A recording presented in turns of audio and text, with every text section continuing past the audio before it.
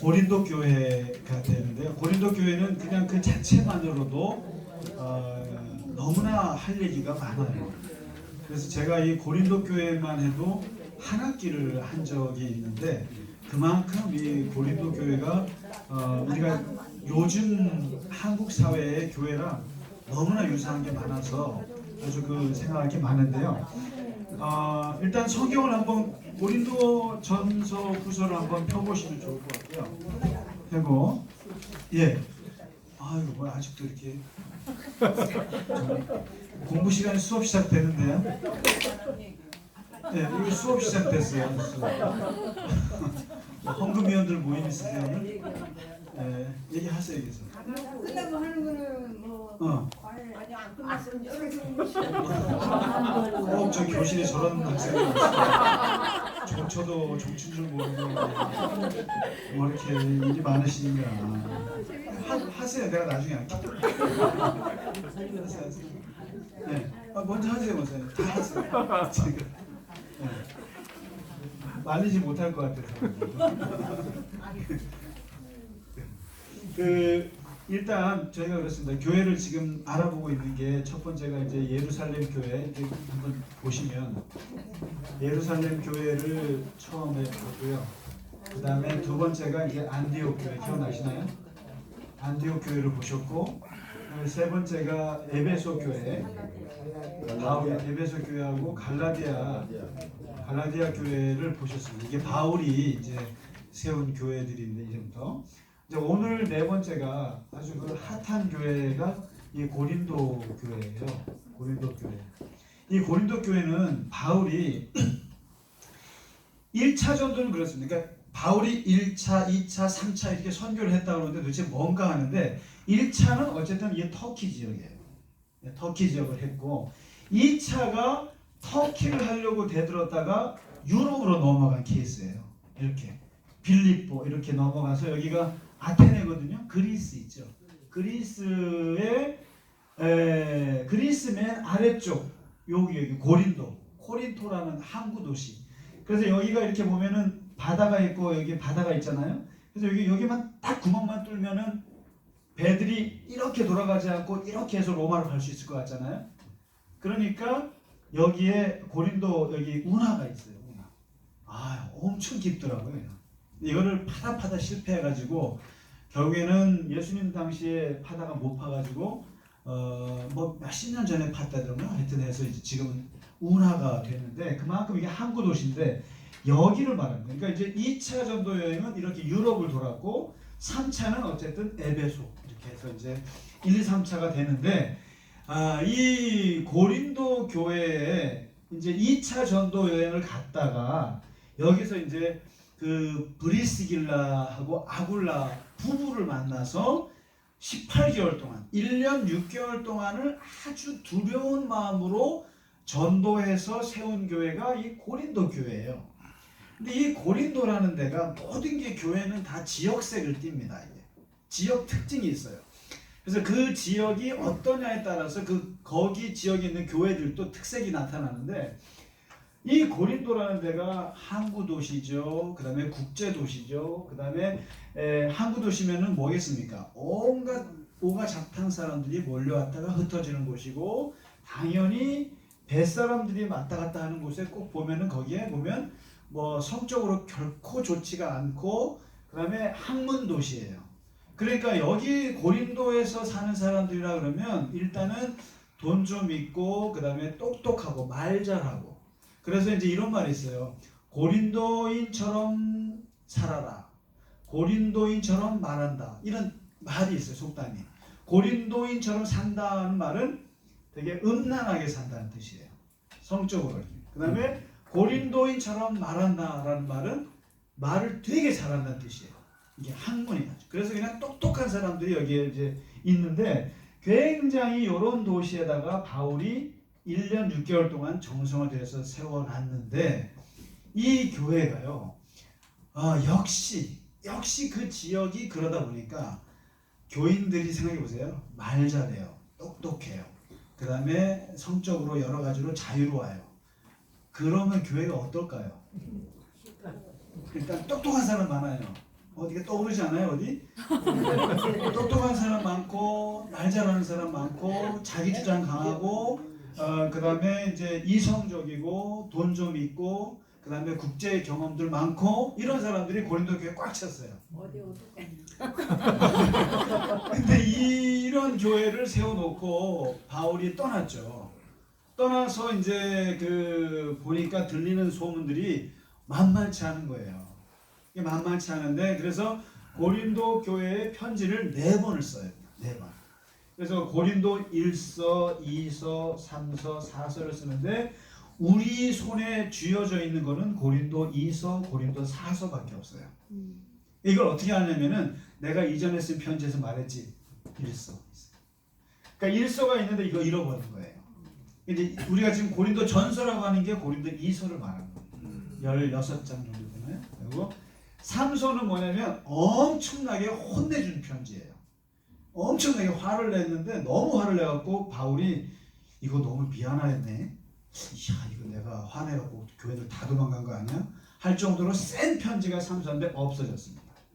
그 다음에 이제 우리 고린도 후서는 굉장히 이 3서에 대한 그 미안함에 쓴 게라 이제 고린도 후서는 굉장히 은혜로워요. 은혜롭고 아주 영성이 풍성한 그런 책입니다. 그래서 고린도 전서는 아주 그냥 지적하는 게 많고요. 그 다음에 고린도 후서는 이렇게 품어주는 책입니다. 그래서 한번 전후서를 보시면 되는데 이 4개의 편지를 쓸 만큼 어느 교회도 이렇게 많은 편지를 쓴 적이 없어요. 갈라디아서 길어봐야 6장입니다. 빌립보서 뭐 4장, 에베소서 뭐 6장 이 정도밖에 안 되는데 무려 16장에다가 또 후서까지 뭐 12장인가 있죠. 그 다음에 2개 빠진 것까지 합치면은 웬만한 책 저리 가라고 쓴 거예요. 이게 왜 그런가요? 왜 이렇게 이 고린도 교회는 바울의 편지가 많은가? 그것은 문제가 많아서 그렇습니다. 문제가 많으니까 거기에 문제를 가지고 해결하느라고 쓰다 보니까 편지가 길어진 거예요. 빌립보 교회는요 너무 예쁜 거예요. 그냥 기뻐하라 기뻐하라 끝. 데살로니가서 너무 열심히 잘 이런 건데 이 고린도 교회는 문제가 많다 보니까 거기에 따라서 이 얘기 저 얘기 하다 보니까 바울의 이 사상이 굉장히 풍성해진 게 이게 고린도 전서예요. 그러니까 쉽게 말해서 사랑장이 있지 않습니까? 사랑장이 어디에 있어요? 고린도 전서에 있어요. 그다음에 부활 있죠. 부활에 대해서 설명은 고린도 전서 15장이잖아요. 이게 뭡니까? 그게 사랑이 없어서 그런 거예요. 그 교회가. 그래서 사랑 얘기를 하고 뭐 은사 얘기하고 별이 이렇게 다 들어있는데 오늘은 그 짧은 시간입니다만은 고린도 교회가 당면한 그 문제들이 뭔지를 한번 하나씩 보는데 한 몇 가지가 있습니다. 그걸 하나 보시죠. 그 첫 번째가 이제 고린도 1장부터 3장 그냥 훌쩍훌쩍 보세요. 그래도 우리가 성경 가지고 하는 거지. 제가 막 헛소리 한다고 생각하지 마십시오. 성경 가지고 하는 거니까 1장부터 3장에 처음에 딱 쓴 게 뭐냐면은 고린도 교회의 가장 심각한 문제. 처음에 바울이 딱 다룬 게 사색당파. 이것 때문에 편지 쓴 거예요. 교회가 분열됐다는 겁니다. 분열됐는데 어떻게 분열되냐면은 4개로 분열됩니다. 4개. 첫째, 베드로파, 아볼로파, 바울파, 그 다음에 그리스도파.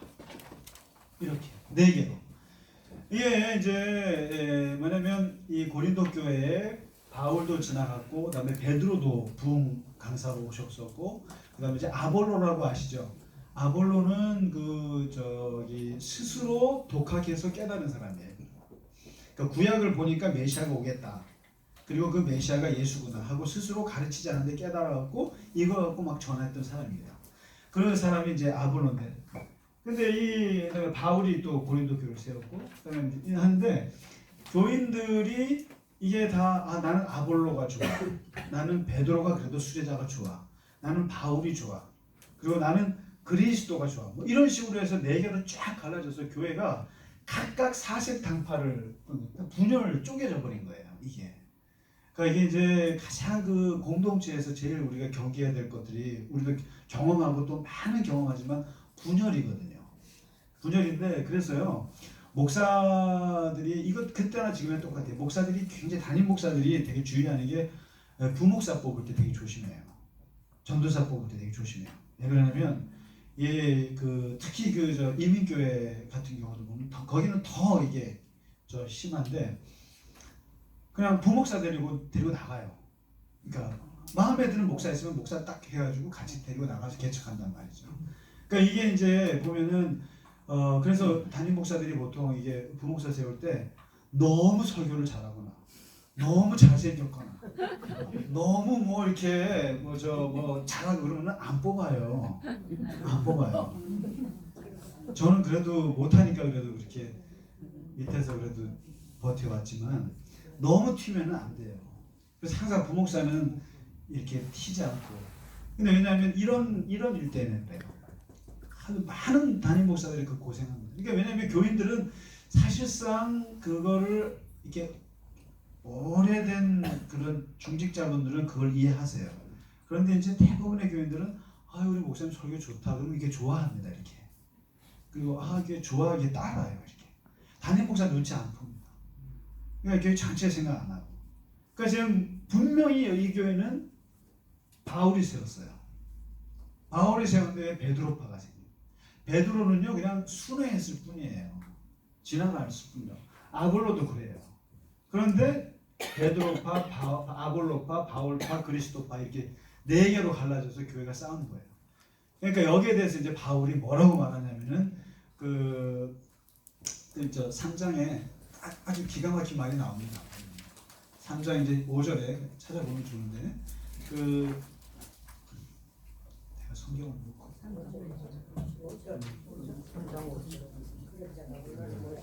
그렇죠. 고린도 전서를 찾아보는 제가 찾았네. 3장 6절, 7절, 8절, 9절이 되게 중요한 절인데 이게 뭐냐면 아볼로는 누구고 바울은 누구냐? 이게 뭡니까? 아볼로는 누구고 베드로는 누구냐? 바울은 누구냐? 별거냐 걔네들이 이게. 김상기 목사는 뭐 누구고 김성신 목사는 뭐냐? 이런 아무것도 아니라는 거예요. 걔네가 뭐 대단하냐? 걔네들 쫓나 이거예요. 뭐라고 말하냐면 나는 심었지 않느냐? 나는 개척했고 아볼로는 물을 줬다. 해석을 잘하는 사람이에요. 아볼로가요. 물을 줬고 잘하게 하는 것은 하나님입니다. 기가 막힌 말이에요. 이게.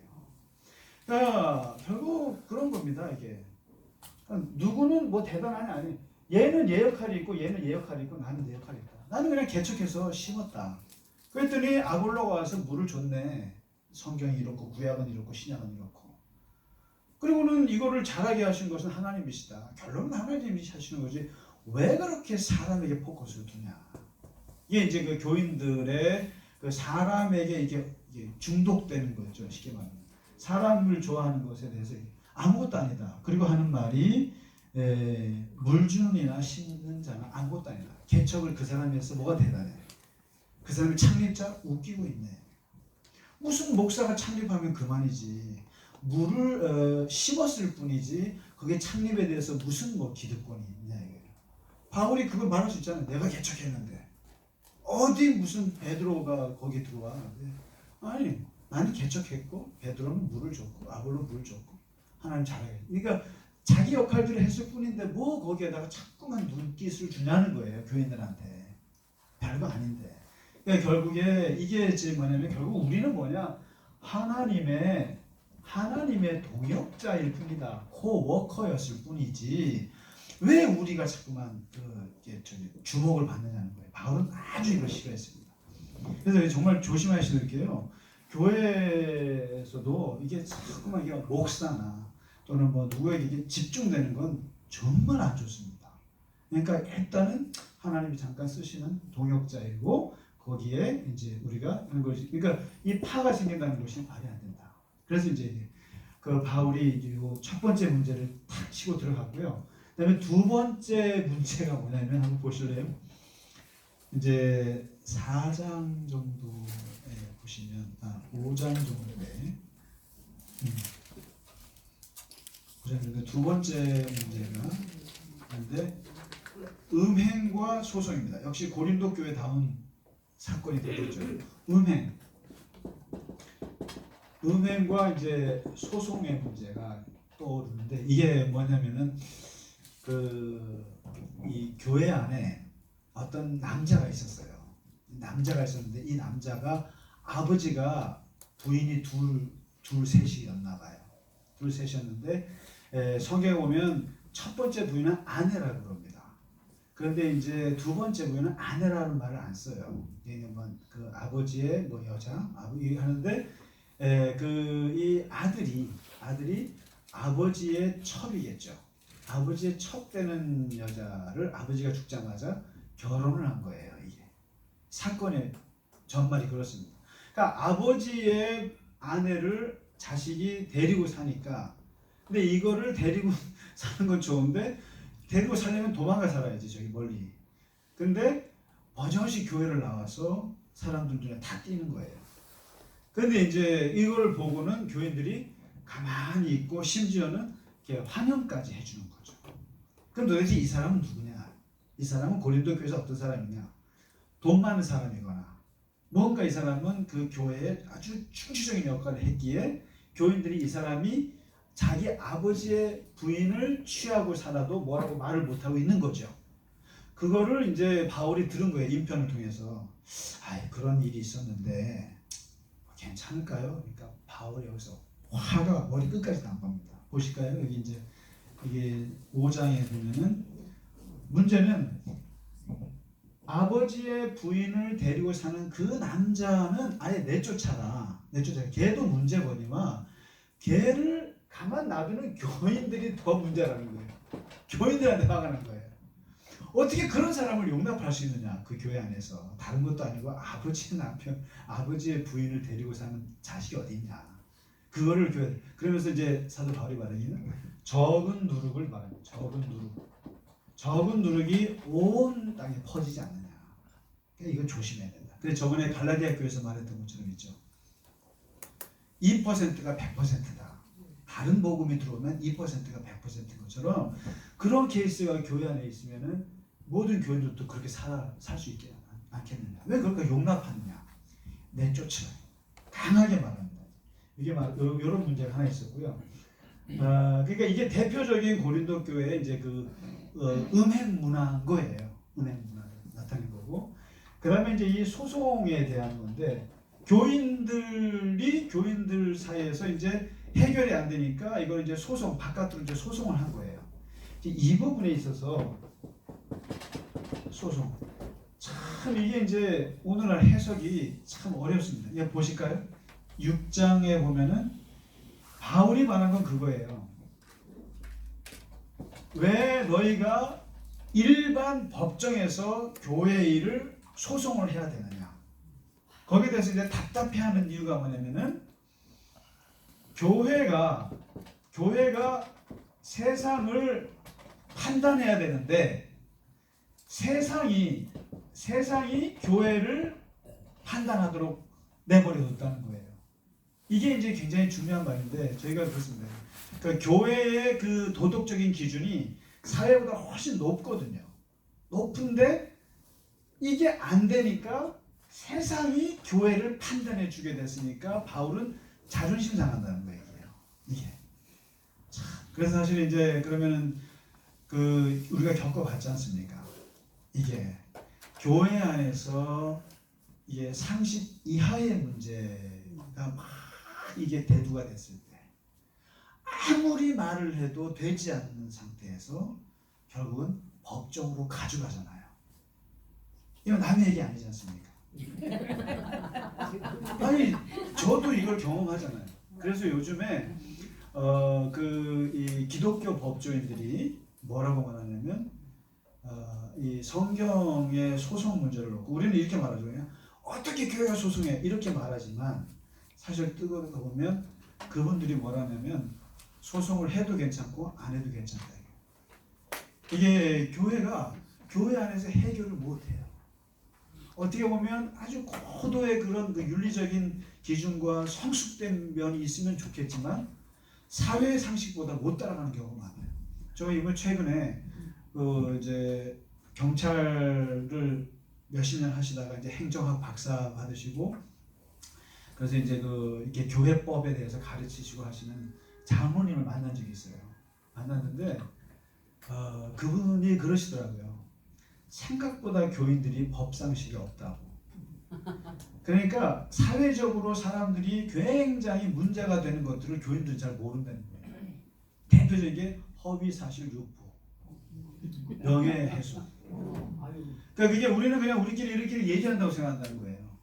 근데 그게 사회적으로 굉장히 문제가 되는 건데 인식을 못한대요. 교인들이요. 잘 교회 안에서. 근데 그걸 참 경험하게 됐습니다. 그래서 이게 교회가 세상을 판단하지 못하는 그런 결과로 소송이 벌어졌는데 사도 바울이 저기 대해서 야 이거 부끄럽지 않냐 막 그러거든요. 그러니까 이제 이 문제는 그때나 지금이나 항상 문제가 되는 부분이에요. 그러니까 가급적이면 교인들 안에서 해결하면 좋은데 그게 해결을 못하니까 자꾸만 세상 법정의 판단을 받아야 되는 이 불가피한 일들이 벌어지는 거죠.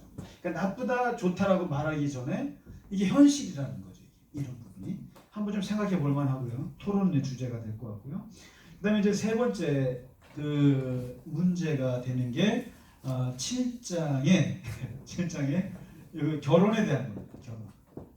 결혼. 뭐냐면 결혼, 부부 윤리인데 간단히 말하면 이제 바울은 그러면은 뭐냐? 결혼을 해야 되냐 말아야 되냐 이런 얘기 있잖아요. 이혼을 해도 되냐 말아야 되냐 이런 얘기는 이제 어떻게 보면 고루한 얘기예요. 고루한 얘기인데 바울의 얘기는 자기는 독신입니다. 이 사람은. 자기는 독신이고 자기같이 살았으면 좋겠다고 주장하는 사람이에요. 특히 이거 좀 아시면 좋겠어요. 요 당시에는 예수님이 진짜로 곧 온다고 다 생각했어요. 우리 같은 이런 좀 막연한 생각이 아니에요. 굉장히 진짜 오신다는 생각을 정말 하고 있었기 때문에 이 바울이나 누구나 다 하나님의 일을 하는 사람들은 혼자 사는 게 좋다고 생각했어요. 그래서 바울은 딱 혼자 사는데 독신으로 살아라. 나 같으면 이게 좋겠다고 이제 추천은 하는데 명령은 아니니까 그냥 나는 좀 권하고 싶다. 그리고는 결혼에 대해서 바울의 주장은 딱 이거예요. 여기 나오죠. 이거 보시면 돼요. 7장 7절. 이 사람은 이러하고 저 사람은 저러하라. 뭐냐면 마음대로 하라.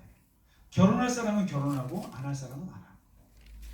결혼하고 싶지 않은데 뭐 너무 막 이게 남자 같은 게 정욕을 이기지 못하면은 결혼해라. 그리고 뭐 처녀로 살면 좋겠지만 처녀로 못 살겠으면은 결혼해라. 그러니까 이거 이제 이거는 네 마음대로 해라. 네 마음대로 해라.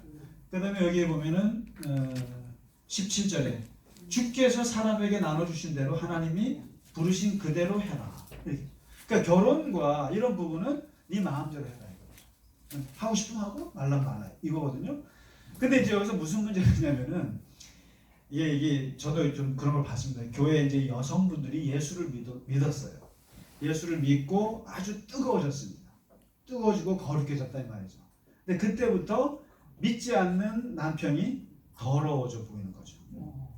그래서 이제 이렇게 되면 부부관계나 이런 것도 하기 싫고 이게 다 하나님의 범죄한 것 같고 다 아주 불순한 것 같고 이런 게 들어오는 거죠. 그래갖고 이 고린도 교회의 여자들 중에서도 자기가 예수님 믿고 세례 받았는데 믿지 않는 남편을 보니까 믿는 불결하단 말이에요.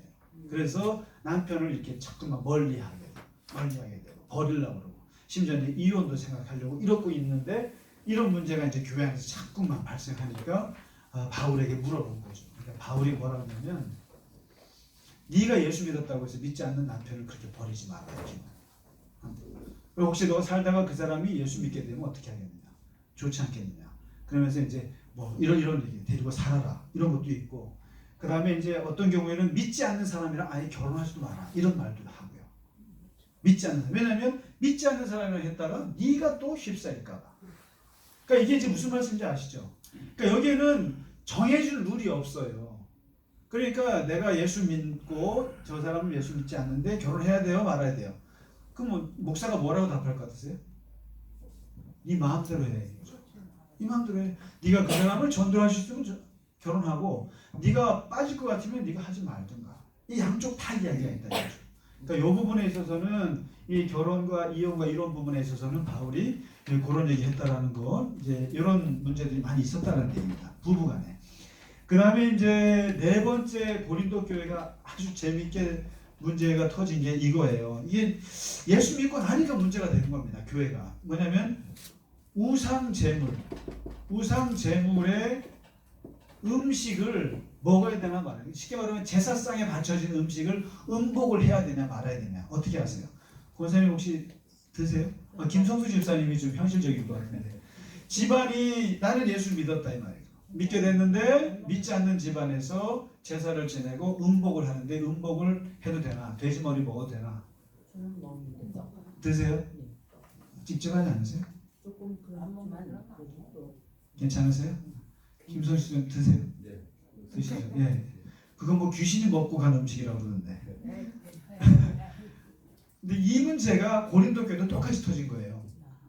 이게 그냥 안 믿을 때는 못 느끼는데 믿고 나니까 이제 이 교인들이 음식을 넣고, 그러니까 이 고린도라는 데가 모든 그 당시에 로마 제국이라는 그 지중해 연안에 그 아크로폴리스라는 게 다 있고, 거기에 가면 다 신전들이 있어요. 도시마다 신전들이 있고, 그 신전에서 이제 항상 그 음식들을 고기들을 바치지 않습니까? 바치고 나서 항상 축제라는 게 그거예요. 축과 제. 그러니까 이게 종교적인 의식과 노는 게 같이 가요, 항상. 근데 이제 이렇게 그 음식을 고기를 잡고 나서는 그 다음부터는 뭐냐면 잔치를 벌이거든요. 예배드리고 나서 뭘 먹는데, 옛날에는 이거 마음껏 먹었는데 이제 예수 믿으니까 못 먹겠다는 거죠. 그래서 교회 안에서 두 파로 갈라진 거죠, 사람들이. 이거 먹어야 되나? 먹으려니까 찝찝하고 우상 제물인데 말아야 되나? 이거 가지고 이제 막 심각한. 교회는 하여튼 중요한 것 중에 하나가 노래, 그 다음에 음식입니다. 음식 때문에 교회가 막 갈라지고 막 그런 거예요. 근데 이게 음식 가지고 이제 하는데 먹어야 된다 말아야 된다 그러는데, 오늘 바울이 그거에 대해서 해설을 해주죠. 이게 그 기독교인들이 음식에 대해서 보는 관점을 정리해 준 거예요. 이게 뭐냐면 구약에까지 포함이 됩니다. 구약에 보면은 오징어도 먹지 말고 돼지 먹지 말고 먹지 못한 음식 있잖아요. 이런 것이 다 포함해서 과연 고사라 그러나 그 제사에 바쳐진 그 돼지 머리를 먹어야 되나 말아야 되나 할 때 바울이 말하기를, 돼지 머리 안 먹으세요? 맛 없어요?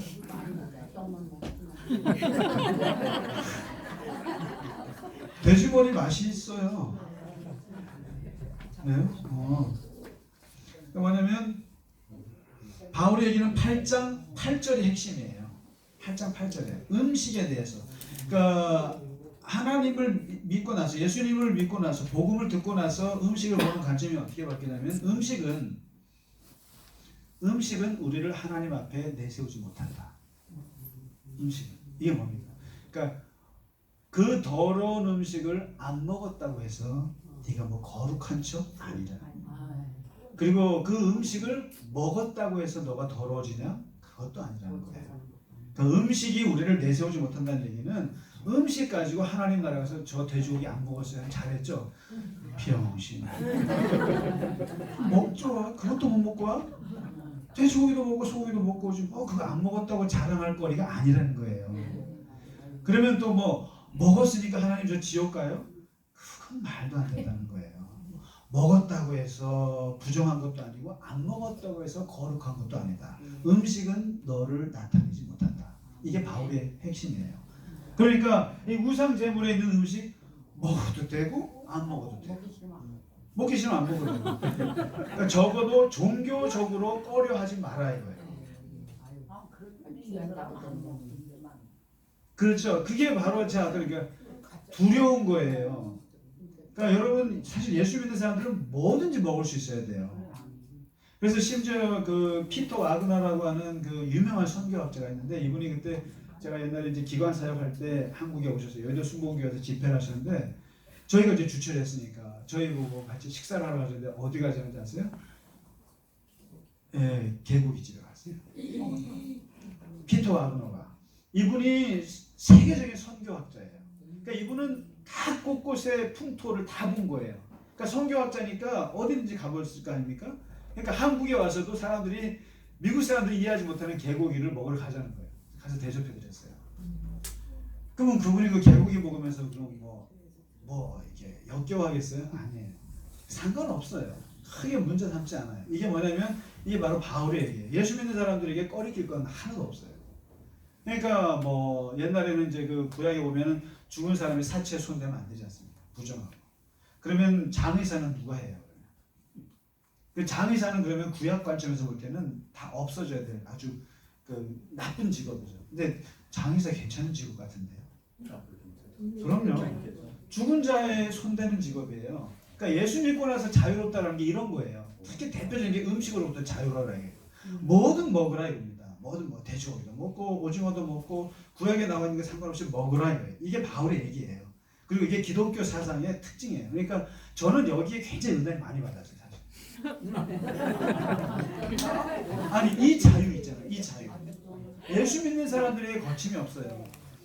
저 시골에서 보면 뭐 이렇게 장례하는 그 도구들 뭐 이렇게 뭐 해놓고 뭐 성황당 있고 다 무섭지 않습니까?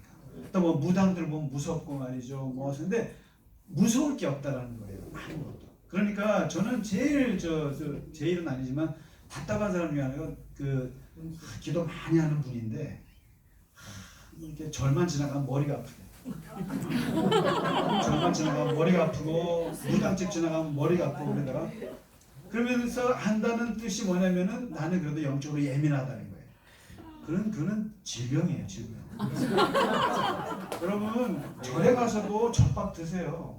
예, 맞아요. 절밥 드시면 체합니까? 아니요. 안 취해야 되는 거예요. 제 말은 뭐가 그렇게 꺼림스러우세요? 태국이나 동남아 가면은 막 머리가 아프세요? 막 뭐 앙코르와트 같은 데가 머리가 아파요? 불교 문화라서?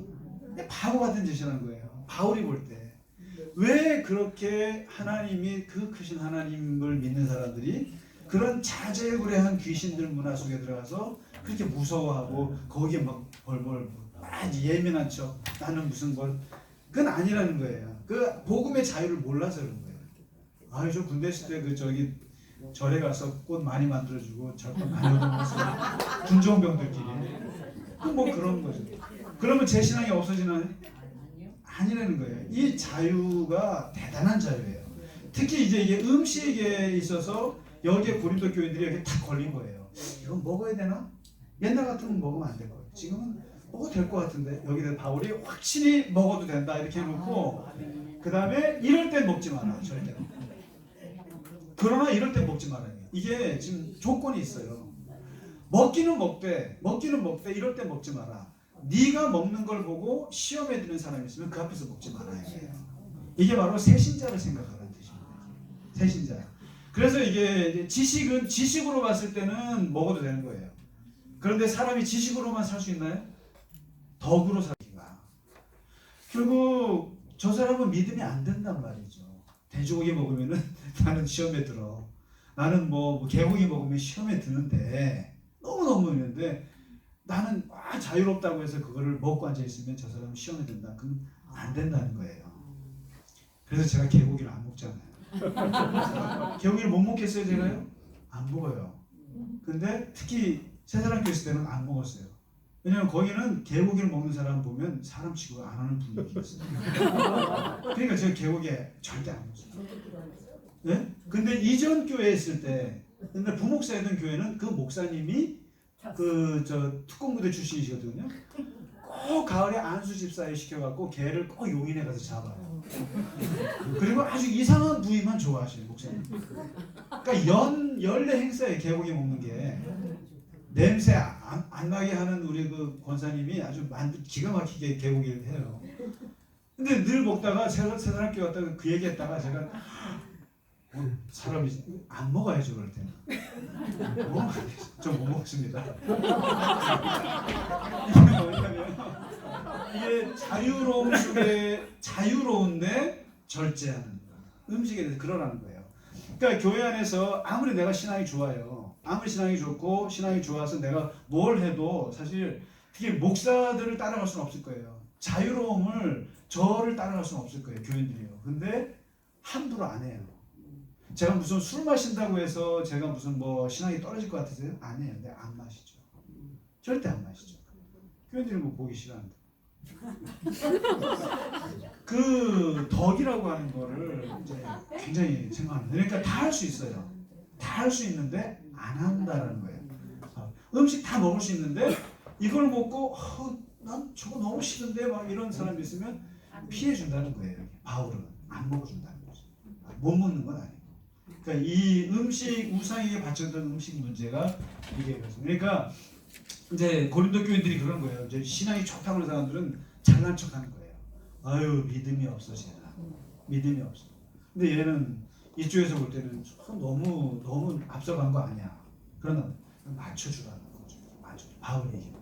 그래서 교회 안에서 사실은 이런 게 그러니까 보면은 정말 깊이 안다고 해서 너무 그걸 막 자랑해서도 안 되고 그러니까 항상 새신자 의식이라는 게 되게 교회에서 중요하다. 바울의 얘기가 그렇습니다. 그 다음에 이제 5번째 주제가요. 또 음식 얘기인데 이게 뭐냐면 되게 이건 심각한 얘기입니다. 5번째 11장에 보시면 문제가 터지는데 성만찬 얘기 나오는데 그게 뭐냐면 괜히 성만찬 얘기하는 게 아니라 고린도 교회가 이게 부자들이 많다 그랬잖아요. 부자들도 많고 똑똑한 사람 많고 그러다 보니까 이게 이제 남녀노소 그다음에 이제 가난한 사람 많은 섞여서 이제 교회 생활하는데 항상 교회 가면 밥을 먹거든요. 그래서 이 성찬 팀장이 굉장히 중요합니다. 변형의 권사님. 교회에서는 이 밥하는 게 굉장히 중요한데 항상 모이면 밥을 먹는데 어떻게 하냐면은 이 세 가지. 있는 사람은 더 가져와요. 있는 사람은 더 가져오고 그냥 그다음에 이제 조금 그냥 살만한 사람은 자기 것만 가지고 와요. 그다음에 이제 너무 가난한 사람은 그냥 와요. 이게 이제 교인들이 음식 파틀락이라고 그러죠. 가져오는 방식인데 가져와 가지고 먹는데 문제는 부자들은 안뜰에서 먹고 가난한 사람은 바깥뜰에서 먹더라 이거죠. 그리고 이제 부자들은 일찍 오고 이게 이제 예배라는 게 모임이라는 게 초대교회가 저녁에 모인단 말이죠. 저녁에 모이는데 노예라든가 그다음 머슴하는 사람들 같은 경우는 하루 종일이 늦게 끝나니까 늦게 도착한단 말이죠.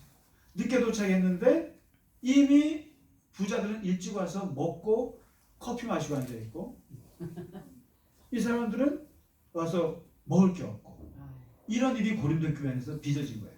그래서 한쪽은 배부르고 한쪽은 시장하고 이런 게 이제 교회에서 나니까 이 사람들이 점점 서러워지고 내가 이거 진짜 먹는 데서 빈정상한다고 여기서 이제 이렇게 시험을 들이기 시작하는 거죠. 교회 안에서. 그러니까 이런 거예요. 딱 봐도 참 이게 잘 안 깨지는데 끼리끼리 식사. 있는 사람들끼리 시간 되는 사람끼리 먼저 먹고 그러니까 이게 결국에 교회 안에서도 그걸 극복을 못하는 거예요. 그러니까 이제 뭐 좀 가난한 사람도 같이 좀 먹고 같이 막 그 사장님 출신하고 막 이게 이제 일용직 하는 분하고 같이 식사도 하고 이래야 되는 멋있는데 이 사람들끼리 모이고 이 사람들은 나중에 바깥들에서 먹고 이런 일이 벌어지니까 바울이 여기에 대해서 뭐라고 하는지 아세요? 11장 22절에 어떤 사람은 만찬을 먼저 갖다 먹음으로 배부르고요. 어떤 사람은 시장하고 어떤 사람은 술 취해 있고 이러더라는 거죠. 그래서 하는 말이 야 너희가 먹고 마실 집이 없어서 그러냐? 꼭 그걸 굳이 교회까지 와가지고 말이죠. 교회까지 와서 하나님의 교회를 업신여기고 빈궁한 자들을 부끄럽게 하냐. 내가 뭐라고 말하냐 도대체. 어떻게 교회 안에서까지 그렇게 음식 차별을 하냐 이거죠. 여러분 겨자나무는 그러면 안 됩니다. 절대로. 정말 그러면 안 됩니다. 정말 음식 가지고 차별하시면 안 돼요. 그리고 이 음식이라고 하는 것이 뭘 말해주냐면 이 테이블 펠로십이라는 게 되게 무서운 게 저희 교수님 중에 한 분이 두루 대학에서 테이블 펠로십만 전공하셨는데 이게 고대 사회에서 예수님 지금도 마찬가지입니다. 테이블 펠로십에서 같이 식사를 한다라는 뜻은 네가 내가 계급이 똑같아진다는 뜻이랍니다. 쉽게 말해서 왕과 종이 식사를 했다 그러면은 종이 왕이 된다는 뜻이고 왕이 종이 된다는 뜻이에요. 그 식사 자리만큼은 하나의 계급이 되고 하나가 된다는 뜻이에요. 이게. 그러니까 누구랑 식사했느냐? 왕의 식사에 이거 엄청난 영광이거든요. 근데 이제 교인들이 부자와 가난한 자가 같이 식사한다? 그럼 네가 내가 같다 이런 뜻이거든요. 되게 무시 못할 얘기예요. 그러니까 이 테이블 펠로우십이 주는 이 영적인 교제의 수준이 대단한 겁니다. 그래서 예, 식사를 같이 한다는 거 되게 중요하고 이게 이제 고린도 교회가 극복을 못했고요. 그다음에 이제 마지막 하나만 더 보시면 이게 이제 결국 그 12장부터 나오는데 이게 음식 차별이고, 그다음에 6번째 문제가 은사 문제가 심각하게 들어있어요. 그럼 이렇게 뭐 말 잘하고 똑똑하고 자기 이런 교회 사람들은 그러면 은사를 못 받느냐? 아니에요. 은사를 받는데 역시 생긴 대로 은사를 받습니다. 왜냐면 말 잘하니까 무슨 은사가 있겠어요? 방언의 은사가 떨어지겠죠. 예언의 은사 같은 거를 잘 받았습니다, 이 사람들이. 근데 문제는 이 방언의 은사와 예언의 은사가 입으로 오지 않습니까? 입으로 오는데 이 말 잘하는 고린도 교인들한테 이 은사가 오긴 왔는데 문제는 이 은사가 또 엉망인 거예요. 이걸 가지고 누가 더 좋으니 누가 더 뭐 문제니 이거 갖고도 싸우는 거예요. 또. 네 방언은 거짓 방언이고 내 방언은 진짜 방언이고 네 예언 틀리고 맞고 그리고 막 이렇게 이제 막 묻혀 써지니까 바울이 이걸 가지고 이제 쭉 얘기한 게 그 유명한 12장, 13장, 14장입니다. 은사장입니다. 그 은사장 핵심에 뭐가 있냐면은 사랑이 들어있습니다. 사랑. 그래서 아무리 방언을 잘 받고 아무리 예언을 잘해도 사랑이라고 하는 이 필터가 없으면 소용없는 거다. 그러면서 가장 중요한 은사는 사랑이다라는 얘기를 하게 되는데, 여기서 이제 그 은사를 교회 안에서 쓸 때 쉽게 말하면 이런 거죠. 교회 안에서 예를 들면 목사님 밥 잘하시고 여기 뭐 세신자 잘 다루시고 뭐 잘하시고 이렇게 다 재능들 은사들을 다 하나님이 주셨는데 그 은사를 어떻게 이렇게 유기적으로 하나님께서 쓰시는가 했을 때 바울이 세운 원칙은 딱 두 가지. 첫 번째는 항상 은사는 제재를 받게 되어 있다. 제재. 이 제재가 없으면 안 된다는 거예요. 항상. 그래서 이제 그 제재는 누가 하느냐? 주로 목사가 하겠죠. 그러니까 목사가 인커레이지도 하지만 은근히 제재도 많이 하는데 거기에서 이제 그 제재하는 거를 보기 싫으면 이제 교회를 떠나거나 이제 목사를 쫓아내거나 둘 중에 하나죠. 그러니까 이게 사실 그래요. 저도 이러다가 쫓겨난 거 같아요. 그건 안 됩니다 이러다가. 근데 그 이 은사라고 하는 것은 제재가 안 되면 안 된다는 거죠. 항상. 그래서 여기서 나온 말이 여자는 교회에서 입 다물라라고 하는 여성 차별적인 단어가 여기서 나와요. 그래서 여성 페미니스트들은 바울을 되게 싫어해요. 이 교회 역사의 3분의 2를 차지한 게 여자고 교회가 지금까지 이루어지는데 엄청난 역할을 한 대부분의 사람들이 여자거든요. 근데 그 여자들을 차별하는 바울은 여기서 했어요. 근데 왜 그러냐면 고린도 교회 여자들이 방언을 하는데 너무 시끄럽던 거예요. 그러니까 제발 여자들은 입 좀 조용히 하라고 한 말이거든요. 근데 이게 하고 제재를 받아야 한다. 그 다음에 두 번째 말하는 것이 질서를 지켜야 한다.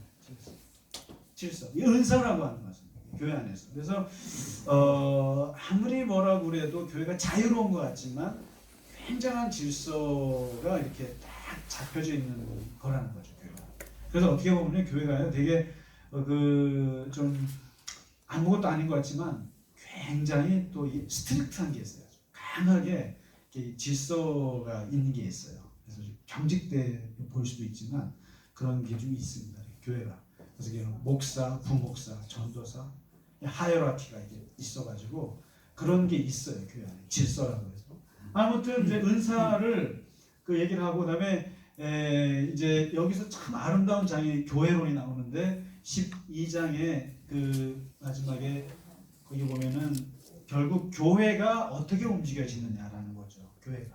교회가 어떻게 움직여지느냐. 결국 다 각자 가지고 있는 은사들이 발휘되면서 움직여지는데 그것이 어떻게 이게 부딪히지 않고 서로가 조화롭게 이렇게 한 목소리를 낼 수 있게 하느냐. 이게 이제 제일 교회로서 아름다운 모습인데 바울은 이걸 뭐라고 말하냐면 이걸로 말해요. 지체라는 걸로 말해요. 지체.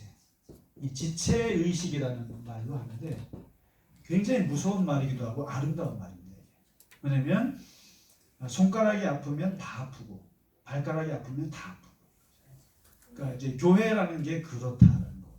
그러니까 이제 권사님이 아프면 다 아프고 집사님이 아프면 다 아픈 거. 그래서 교인 중에 한 분이 불행하면 모두가 다 불행한 거거든요. 그러니까 이제 이 사회 의식이 있는 분들이 이런 말 하지 않습니까? 가난한 사람이 한 사람만 있어도 우리가 행복할 수가 없다. 근데 이런 거. 그러니까 누군가가 가난해지고 우리가 행복하다 이렇게 할 수가 없는 것처럼 교회 안에서 한 사람이 아프면 다 아픈 거. 이걸 이제 지체 의식으로 설명하는데 참 이상적인 말씀이에요. 솔직히 참 이상적인 말씀인데 그러나 이제 교회가 이 공동체가 이걸 시험하는 거죠. 이런 그 공동체를 끊임없이 노력하는 거죠. 그러니까 조금 이렇게 세교들이나 누가 오면 항상 거기에 관심 가져주고 좀 더 신경 써주고 이런 게 이 교회 안에서만 가능한 교회 안에서. 이렇게 해서 이제 설명합니다. 자 이제 마치겠습니다. 마지막 이제 이렇게 마치고요. 그리고 그 제일 이제 심각한 것 중에 하나가 7번째가 고린도 교인들은 부활을 안 믿었습니다. 너무 이성적이셔서 부활을 어떻게 믿냐 도대체. 그래서 이제 그 초신비적인 이런 것들을 믿지 않는 거예요. 너무나 이 학문이 머릿속에 박혀가지고 그래가지고 그거를 설명한 게 고린도전서 15장 부활장. 그래서 이 교회가 문제가 많은 만큼 바울의 사상은 굉장히 이 바울의 신학이 아주 꽃을 폈죠. 그리고 이제 고린도 후서에서는 이제 요것만 하고 마치겠습니다. 뭐냐면 너희는 누구냐 이겁니다. 이 책이 너희는 도대체 누구냐? 너희는 뭐라고 부르느냐? 이게 그리스도인 이 예수 믿는 사람들을 뭐라고 불러주랴? 그리고 너희는 어떻게 너 자신 생각할 거냐? 그랬을 때 6개의 그 명칭을 만들어 줬어요. 바울이요. 고린도후서 보시면 첫 번째 그리스도의 향기니라. 향기니라. 그러니까 하여튼 너는 그리스도의 향기를 이렇게 쫙 냄새나는 예수의 냄새가 나는 사람입니다. 두 번째가 너희들은 그리스도의 편지다. 이런 표현. 기가 막힌 표현입니다. 편지다. 그러니까 너를 보면 예수님의 메시지가 다 보여. 이렇게. 예수님의 하나님의 그 음성이 들려. 그런 역할이다. 세 번째, 새 언약의 일꾼이다. 새 언약이라는 게 뭔가요? 예수 그리스도로 말미암는 구원의 언약이잖아요. 그 언약을 놓고 일하는 사람이다. 일꾼이다. 그 다음에 가장 유명한 표현이 새로운 피조물이다. 새로운 피조물. 뉴빙이다. 뉴빙. 새로운 존재가 되었다. 이거예요.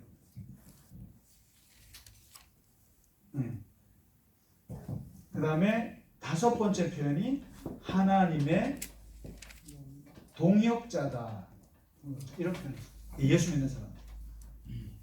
그 다음에 마지막 표현이 뭐냐면은 너희는 하나님의 성전이다. 홀리 템플이다. 그러니까 걸어다니는 성전이다. 예루살렘에 있는 성전이 아니라 너 자체가 하나님의 성전이다. 그러니까 이 그리스도인을 가리키는 6개의 명칭을 바울이 만들어준 게 고린도 교회예요. 그러니까 이게 다 들어보셨죠? 예. 들어보셨죠? 이게 이제 우리의 자기 정체성을 가리키는 말들인데 아주 좋은 단어들이죠. 그래서 오늘은 이 정도로 하고요. 그래서 이 고린도 교회 한 6, 7가지 문제를 동원해서 같이 공부해봤습니다. 고생